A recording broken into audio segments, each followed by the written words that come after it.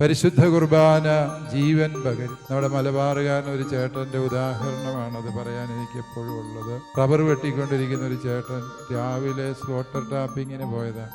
മലമുകളിൽ വെച്ച് അദ്ദേഹത്തിന് പാമ്പിൻ്റെ കടിയേറ്റു.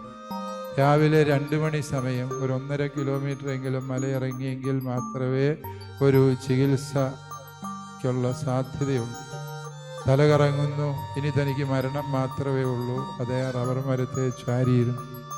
അദ്ദേഹം ചെയ്യുന്നൊരു കാര്യമുണ്ടായിരുന്നു. എല്ലാ ദിവസവും റബ്ബർ വെട്ട് കഴിഞ്ഞ് കുളിച്ച് പരിശുദ്ധ കുർബാനയ്ക്ക് പോയി ഈശോയെ സ്വീകരിച്ച ശേഷമാണ് റബ്ബർ പാലെടുക്കാൻ വരുമായിരുന്നത്. ദിവ്യകാരുണ്യം സൗഖ്യം നൽകുന്ന കൂദാശയാണ് എന്ന് ഞാൻ കേട്ടിട്ടുണ്ട്. അങ്ങയെ അതെങ്ങനെ സാധിക്കുമെന്ന് എനിക്ക് അറിഞ്ഞുകൂടാ. പക്ഷേ ഞാൻ ഇതുവരെയും സ്വീകരിച്ച പരിശുദ്ധ കുർബാനയുടെ ശക്തിയാൽ ഞാൻ ജീവനുള്ളവനായിത്തീരും.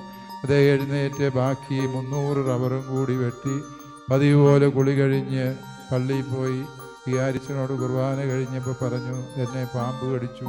പരിശുദ്ധ കുർബാനയിലെ ഈശോ എന്നെ സുഖപ്പെടുത്തി. വികാരിച്ചൻ ഇവിടെ ഇരിപ്പുള്ളത് കൊണ്ട് ഞാൻ അത്രേ പറയുന്നുള്ളൂ. പക്ഷേ അദ്ദേഹം ചികിത്സിക്കാനൊന്നും പോയില്ല. പരിശുദ്ധ കുർബാനയിലെ ഈശോ അദ്ദേഹത്തെ സുഖപ്പെടുത്തി.